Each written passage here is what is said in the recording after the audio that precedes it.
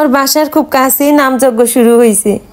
আজকে 2-3 দিন হইল, কিন্তু এখনো পর্যন্ত যেতে পারি নাই একদিনও। মনটা পড়ে থাকে কীর্তনে। আমার ঘর থেকে স্পষ্ট শোনা যায় কীর্তন, তারপরও ওই কীর্তনে না যাওয়া পর্যন্ত মনের মধ্যে শান্তি লাগে না। গতকালকে সন্ধ্যাবেলা আমার বড় যাকে বললাম চলেন দুইজনে মিলে যে কীর্তন শুনে আসি। এদিকে আবার আমার ছোট ছেলেটার বার্ষিক পরীক্ষা শুরু হয়েছে। সন্ধ্যাবেলা যদি আমি কীর্তনে যেয়ে বসে থাকি ও তো পড়বে না, পড়ায় ফাঁকি দেবে। এজন্য যাইতে পারতেছিলাম না, 2-3 দিন হইল। তো গতকালকে সন্ধ্যাবেলা আমার বড় যাকে বললাম চলেন 1 ঘন্টার জন্য যেয়ে দুইজনে মিলে কীর্তনে বসে একটু কীর্তন শুনে আসি। আসলাম কীর্তনে 2 যা মিলে। তো আমাদের সিংপাড়া কীর্তনে ফরিদপুরে কে কে আসছেন অবশ্যই কিন্তু কমেন্ট করে জানাতে ভুলবেন না। আমি তো বোন দিয়ে বসে বসে কীর্তন শুনতেছিলাম, হঠাৎ করে দেখি আমার মা আমার সামনে এসে দাঁড়াইছে। আমি তো মাকে দেখে অবাক। কোন সময় যেন আমার মা আর বাবা দুইজনে মিলে কীর্তনে আসছে, আমি কিন্তু তাদেরকে দেখি নাই। এত লোকের মধ্যে আমার মা আর বাবা দুইজনে কিন্তু আমাকে ঠিকই দেখছে। আমাকে দূর থেকে দেখে এই যে আমার জন্য পাঁপড় আর বাদাম কিনে নিয়ে আসছে, আমাকে দিয়ে বলতেছে এগুলো বসে বসে খাও আর কীর্তন শোনো।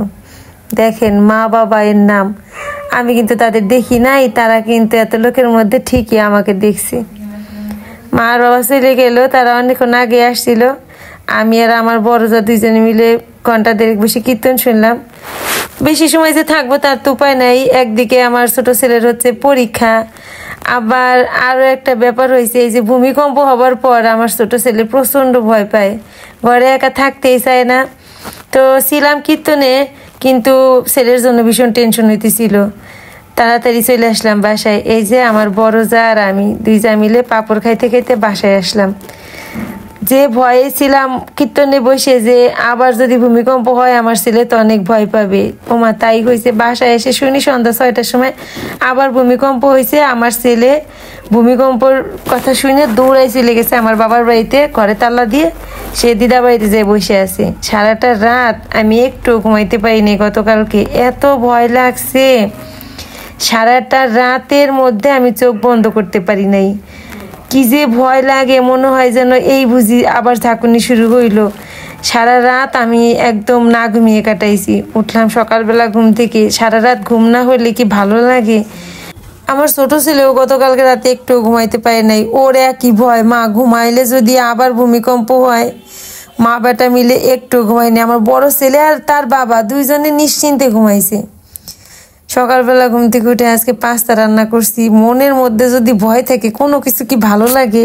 এদিকে আবার ছোটটার পরীক্ষা শুরু হয়েছে, নিরিবিলি যে চুপচাপ একটু বসে থাকবো তার তো উপায় নেই। সকাল থেকে ব্যস্ত, তার কোনো শেষ নাই। সকালে রান্নাবাড়া, দুপুরে রান্নাবাড়া শেষ করে ঠিক বেলা 1টার মধ্যে ছোট ছেলেকে নিয়ে স্কুলে আসলাম। আজকে আবার ওর পরীক্ষা ছিল।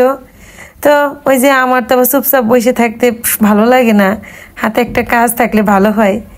এই যে আজকে আবার কাজটা নিয়ে গেছিলাম, সবার সাথে গল্প করতে করতে আর একটা টুপির প্রায় অর্ধেকটা বানিয়ে ফেললাম।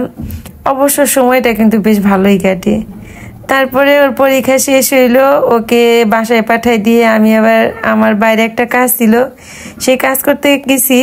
তো আসছি সন্ধ্যাবেলা বাসায় এসে দেখি এই যে আমার ছোট ছেলে আর বড় ছেলে 2 ভাই আরাম করে বসে বসে চা খাচ্ছে। 2 ভাই মিলে চা করে চা খাচ্ছে। এই যে দেখেন 2 ভাইয়ের চায়ের আড্ডা একদম জমে ক্ষীর। তারপর আমিও তাদের সাথে চায়ের আড্ডায় যোগ দিলাম।